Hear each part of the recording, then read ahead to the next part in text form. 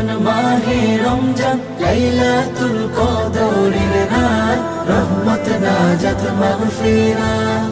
اللهم بارك لنا في رجب وشعبان وبلغنا رمضان وبلغنا رمضان।